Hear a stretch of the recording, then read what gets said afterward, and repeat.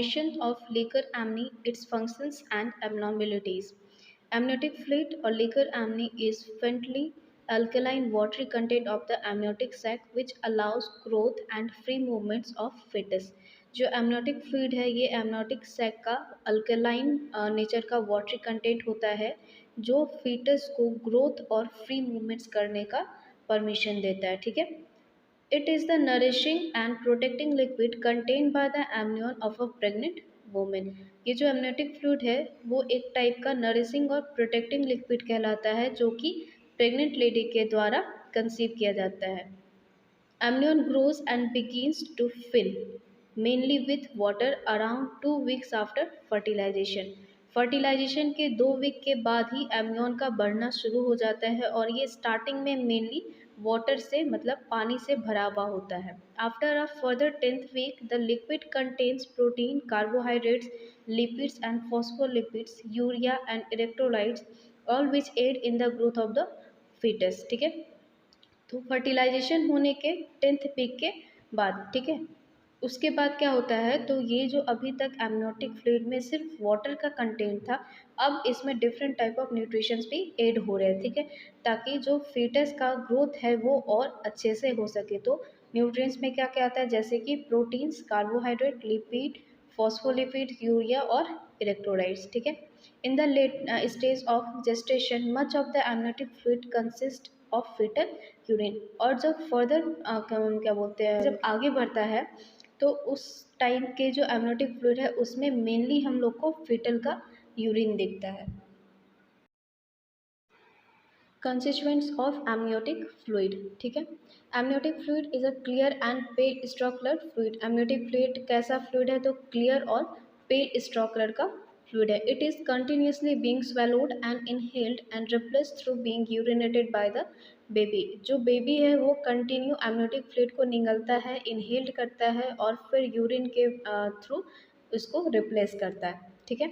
It is essential that the amniotic fluid breathed into the lungs by the fetus in order for the lungs to develop normally. जब further हम लोग पढ़ेंगे तो उसमें पाएंगे कि जो फीटस का जो लंग्स होता है वो केपेबल नहीं होता है अपने फंक्शंस को करने के लिए. ठीक है. वो बहुत ही इमेच्योर होता है. तो लंग्स को प्रॉपरली बढ़ने के लिए, डेवलप करने के लिए एमनियोटिक फ्लूइड से जो न्यूट्रिशन मिलता है उसका ज़रूरत होता है. इसीलिए ये ज़रूरी है कि फीटस एमनियोटिक फ्लूइड को इनहेल्ड करे. ठीक है. Swallowed amniotic fluid contributes to the formation of meconium. अब जो fetus amniotic fluid को निगल रहा था, swallowed कर रहा था, वो किस चीज़ में कंट्रीब्यूट करता है तो मेकोनियम के फॉर्मेशन में. मेकोनियम क्या है? बच्चे के जन्म के बाद जो पहला स्टूल बच्चा पास करता है उसको हम लोग बोलते हैं meconium. It constitutes 99% of water and remaining 1% is dissolved solid matter including food substances and waste products. अब जो एमनियोटिक फ्लूइड है इसमें 99% क्या होता है तो पानी. ठीक है. 99% पानी की मात्रा होती है और जो 1% भाग बच गया है उसमें कुछ सॉलिड मैटर्स डिजॉल्व होते हैं जैसे कि फूड सब्सटेंसेस और waste product. Next, it contains skin cells shed by fetus, vernix caseosa and lanugo. और एमनियोटिक फ्लूइड में ही जो फीटस है उसका जो डेड स्किन सेल्स होता है जो बच्चा जो फीटस है वो शेड ऑफ करता है मतलब जो गिराता है. वर्निक्स केसियोसा हो गया जो बच्चे के ऊपर वाइटिस कवर रहता है वो, और लेनिंगो जो फाइन हेयर्स होते हैं वो सारे कुछ एमनियोटिक फ्लूइड में हम लोग को देखने को मिलता है. pH is 7.2. एमनियोटिक फ्लूइड का pH वैल्यू कितना होता है 7.2. The baby does secrete some substances and shed fetal skin cells into the amniotic fluid. ये जो एमनियोटिक फ्लूइड है इसमें बेबी का कुछ कुछ सब्सटेंसेस होता है और बच्चे का जो स्किन सेल्स होता है वो भी कंटेंट होता है. ठीक है. This is important because sometimes when we need to get information about the fetus condition, we perform amniocentesis and analyzes the fluid contents. जब हम लोग को फीटस से रिलेटेड किसी भी कंडीशन का जब हम लोग को जानकारी लेना होता है तो हम लोग एमनियोसेंटेसिस परफॉर्म करते हैं और फिर एनालाइज करते हैं कि फ्लूइड के कंटेंट में क्या ज़्यादा है क्या कम है, या उसके जो फ्लूइड का कंटेंट में जो न्यूट्रिशन है वो सही अमाउंट में है या फिर नहीं है. तो इस तरह से हम लोग चेक कर सकते हैं कि जो फीटस का कंडीशन है वो कैसा है.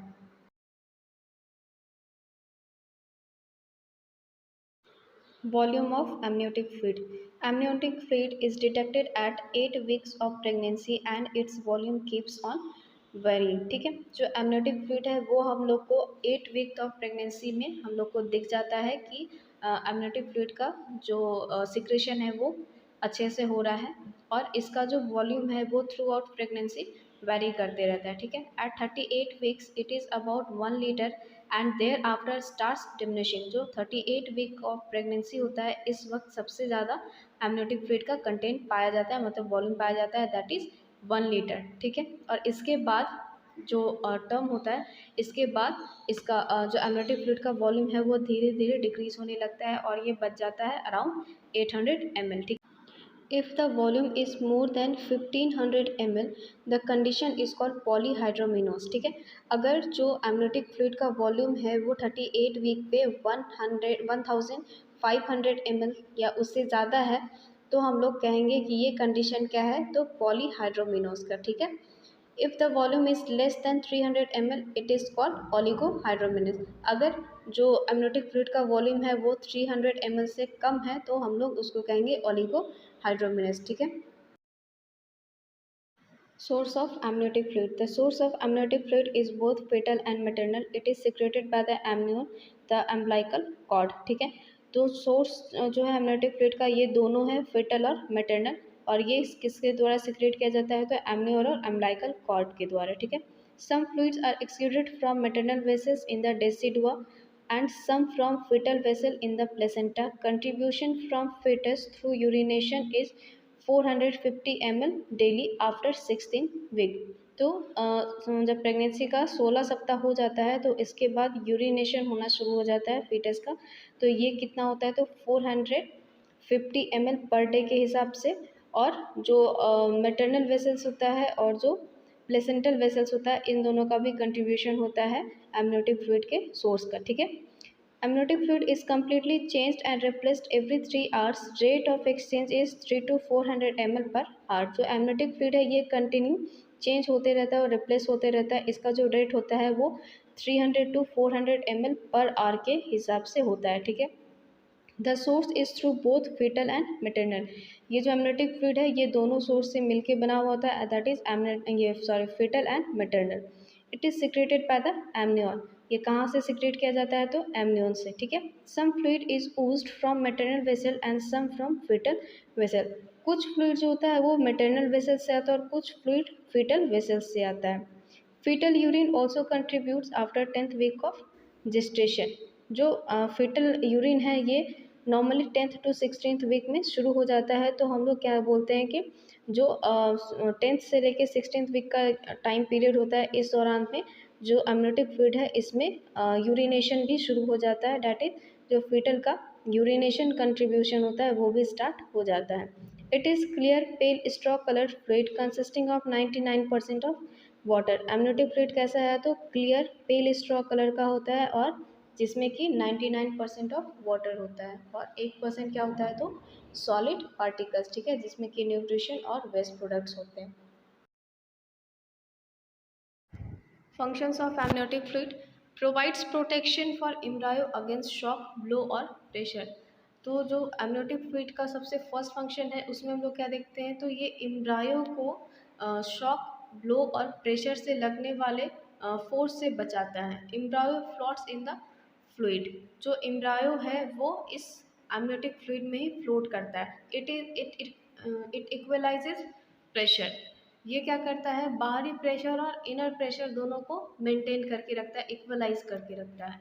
अलॉस फीटल मूवमेंट। ठीक है, अब ये जो एमनियोटिक फ्लूइड है इसी की वजह से फीटल में मूवमेंट हो पाता है। Maintain constant temperature. जो गर्भाशय के अंदर के ताप है उसको भी मेंटेन करने में कौन हेल्प करता है, amniotic fluid. Aids in effacement of cervix and dilatation of uterine os. ये क्या काम करता है, तो सर्विक्स डायलेटेशन और यूटेराइन ओस के डायलेशन में भी अपने इफेसमेंट, डायलेटेशन और इफेसमेंट में भी अपना रोल प्ले करता है। Provide small amounts of nutrients. Amniotic fluid में कुछ अमाउंट ऑफ न्यूट्रिएंट्स भी होते हैं। ठीक है।